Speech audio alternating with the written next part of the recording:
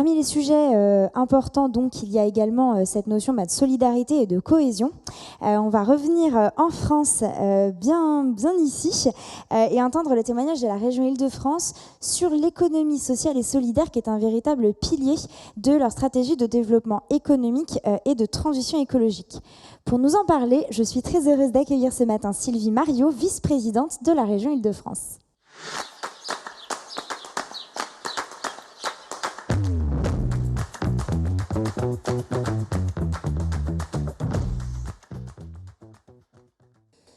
Bonjour à tous et à toutes. Alors d'abord, un grand merci pour votre invitation et pour cette occasion d'échanger sur des sujets qui sont au cœur des compétences et de l'action régionale. C'est un peu une évidence de le dire après les semaines que nous venons de passer, mais la région Île-de-France est loin d'être épargnée par les conséquences du dérèglement climatique. Les inondations, les canicules font malheureusement partie de la vie quotidienne aujourd'hui des 12 millions de Franciliens.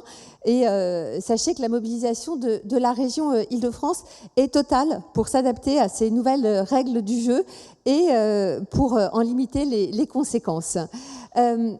Je pense que les politiques publiques sont pour ça des outils particulièrement puissants, puisqu'ils déterminent de nouvelles façons de faire, de coopérer et de faire des affaires. Et s'il y a une chose dont nous sommes convaincus à la région, c'est que les acteurs économiques jouent un rôle primordial dans la transformation des territoires. Les crises des dernières années nous l'ont montré, les entreprises aujourd'hui ont besoin de se reconnecter à leur territoire. Alors, se reconnecter, ça veut dire quoi ? Les entreprises, aujourd'hui, elles ont besoin de s'implanter. S'implanter, c'est pas seulement au sens factuel du terme, c'est pas seulement au sens logistique du terme. S'implanter, c'est aussi rencontrer les parties prenantes locales, qu'elles soient publiques ou privées, c'est comprendre les enjeux de son territoire et de son bassin d'emploi, c'est recruter localement et c'est aussi contribuer à des chaînes de valeur plus locales et plus responsables. Alors, bien sûr, malgré toutes les bonnes volontés des chefs d'entreprise que nous rencontrons au quotidien, c'est difficile pour eux de mener ces chantiers seuls, surtout dans la période inflationniste qu'on connaît. Et c'est la raison pour laquelle la région Île-de-France a lancé sa stratégie de développement économique pour la période 2022-2028, qui a été rebaptisée Impact 2028. Et cette stratégie, elle place vraiment en priorité l'accompagnement des entreprises dans leur transition et notamment dans leur transition environnementale. Alors, il me faudrait largement plus de 10 minutes pour vous présenter l'ensemble de cette stratégie, mais je vais insister seulement sur deux priorités. La première, c'est la nécessaire réindustrialisation de notre région. Et ça, dans une logique de décarbonation et de transition écologique.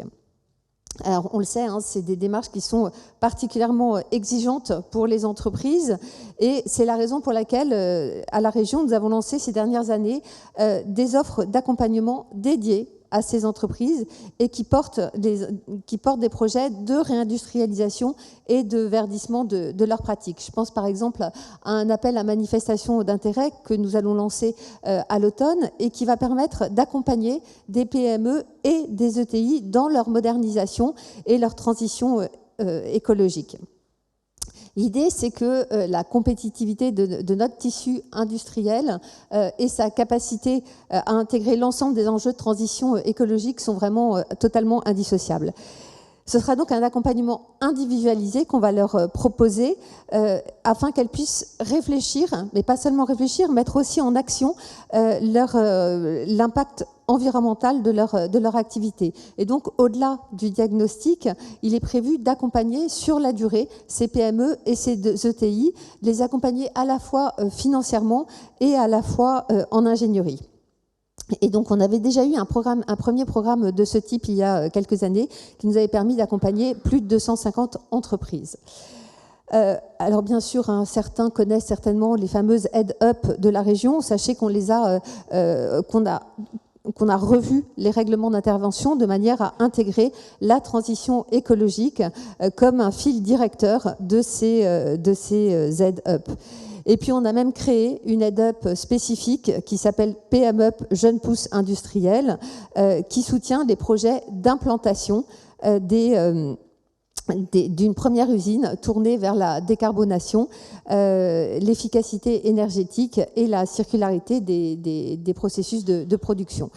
Alors, on m'a rappelé ce matin, oui, puis j'allais oublier, enfin, les TPE et les petites PME de moins de 50 salariés pourront bientôt mobiliser un prêt transition écologique. Et puis, on m'a dit ce matin de rappeler surtout l'existence d'un chèque efficacité énergétique, donc qui peut aller jusqu'à 10 000 euros pour les artisans, les TPE, les PME et les structures de l'ESS qui permet notamment, par exemple, de diminuer les consommations d'énergie et d'eau, d'améliorer la qualité de l'air ou même de développer la consigne pour le réemploi ou la gestion des déchets. Mais si vous voulez en savoir plus, je suis accompagnée ce matin d'un délégué territorial de Paris qui pourra répondre à toutes vos questions.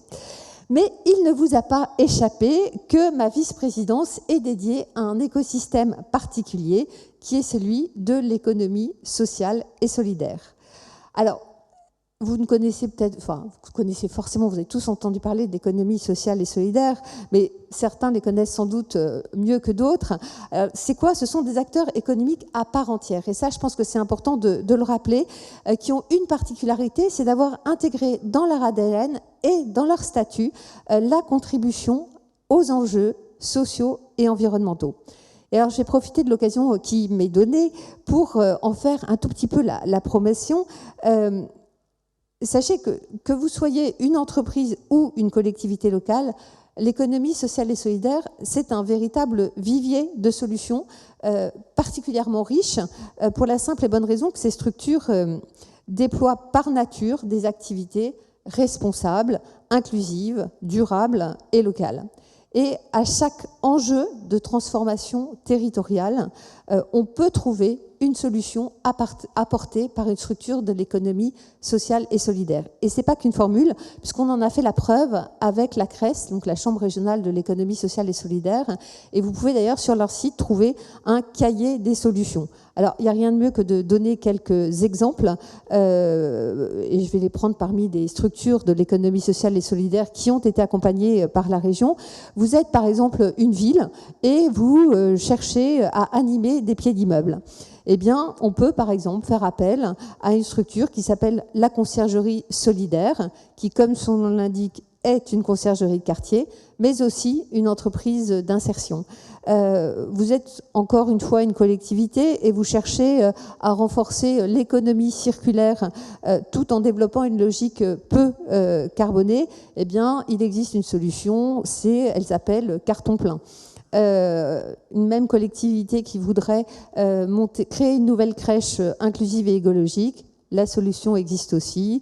Elle s'appelle Agapi, qui est une entreprise, une crèche coopérative écologique et solidaire. Et puis, si vous n'êtes pas une collectivité, mais une entreprise, mais même d'ailleurs ça marche pour une collectivité, vous avez besoin de renouveler votre parc informatique, eh bien, il existe une structure de l'ESS qui s'appelle Ecoder et qui peut vous fournir des parcs entiers de PC portables, ou fixes d'ailleurs, entièrement reconditionnés. Voilà.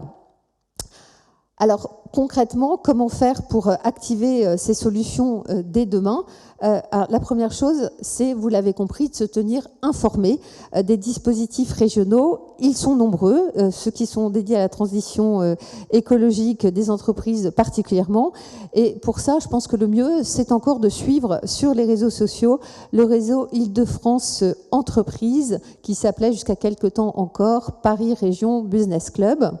Je vous invite aussi, vous l'avez compris, à donner une place plus importante à l'économie sociale et solidaire dans vos territoires. Vous pouvez, par exemple, intégrer dès la conception des projets d'aménagement des conditions favorables à l'accueil de ces structures. Je pense par exemple à l'adaptation des loyers aux moyens des structures de l'ESS, puisque je vous rappelle que dans leur ADN, il y a la lucrativité limitée, ou encore travailler sur un sourcing prévisionnel ou l'implantation de tiers-lieux solidaires. Encore 10 secondes et j'ai fini. Un autre moyen, c'est bien sûr d'acheter plus responsable. Là encore, on observe souvent des freins parce que beaucoup pensent que plus responsable veut dire moindre qualité. Fort heureusement, c'est un sujet qui se développe dans les entreprises, dans les collectivités, et la loi nous l'impose même régulièrement, notamment je pense à la loi AGEC. Et puis, dernière piste que je vous invite à explorer, mais je vais m'arrêter là, c'est le recrutement inclusif. C'est aujourd'hui un des problèmes des entreprises, c'est le recrutement, et il existe plein de solutions, notamment pour se tourner vers des acteurs locaux de l'insertion par l'activité économique, par exemple. Merci beaucoup pour votre écoute, et puis je vous souhaite à tous une très bonne journée, de bons échanges.